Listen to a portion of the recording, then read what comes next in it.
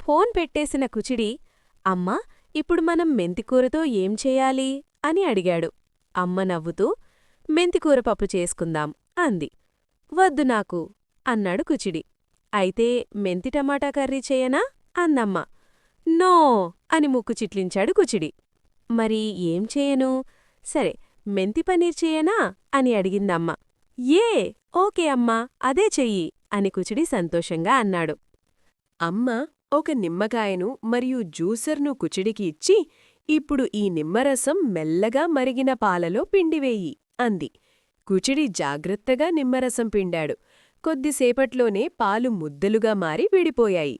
అమ్మా, పాలిలా ఎందుకయ్యాయి అని ఆశ్చర్యంగా అడిగాడు కుచిడి. అమ్మ నవ్వుతూ, ఇదే పనీరవుతున్న ప్రక్రియ నాన్నా. నిమ్మరసం వేస్తే పాలు ముద్దలుగా మారతాయి అంది. కుచిడి ఆత్రతగా అన్నింటినీ గమనించాడు. అమ్మ ఆ ముద్దలను ఒక పలుచని గుడ్డలో వేసి నీరు పూర్తిగా వడకట్టేలా బిగిగా పిండి కట్టింది. చూడు కుచిడి, నీరు పూర్తిగా బయటకు వచ్చాక ఇది తాజా పనీరవుతుంది. మనం దీన్ని మెంతికూరతో కలిపి కర్రీ చేస్తాం అంది అమ్మ. కుచిడి ఎంతో ఆనందపడ్డాడు. వావ్ అమ్మా, మనమే పనీర్ చేసుకున్నామా అని సంతోషంగా అన్నాడు.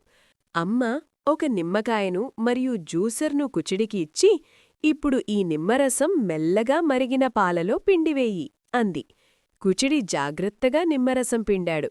కొద్దిసేపట్లోనే పాలు ముద్దలుగా మారి విడిపోయాయి. అమ్మా, పాలిలా ఎందుకయ్యాయి అని ఆశ్చర్యంగా అడిగాడు కుచిడి. అమ్మ నవ్వుతూ, ఇదే పనీరవుతున్న ప్రక్రియ నాన్నా. నిమ్మరసం వేస్తే పాలు ముద్దలుగా మారతాయి అంది. కుచిడి ఆత్రతగా అన్నింటినీ గమనించాడు. అమ్మ ఆ ముద్దలను ఒక పలుచని గుడ్డలో వేసి నీరు పూర్తిగా వడకట్టేలా బిగిగా పిండి కట్టింది. చూడు కుచిడి, నీరు పూర్తిగా బయటకు వచ్చాక ఇది తాజా పనీరవుతుంది. మనం దీన్ని మెంతికూరతో కలిపి కర్రీ చేస్తాం అంది అమ్మ. కుచిడి ఎంతో ఆనందపడ్డాడు. వావ్ అమ్మా, మనమే పనీర్ చేసుకున్నామా అని సంతోషంగా అన్నాడు. అవును నాన్నా. సరే, ఇప్పుడు నువ్వు కొద్దిసేపు టీవీ చూడు, నేను కర్రీ రోటీలు సిద్ధం చేస్తాను అంది అమ్మ. సరే అమ్మా అని కుచిడి హాల్లోకి వెళ్లాడు. కొద్దిసేపటికి అమ్మ రుచికరమైన మెంతి పనీర్ కర్రీ, వేడివేడి రోటీలు సిద్ధంచేసి, కుచిడి, భోజనం రెడీ అని పిలిచింది.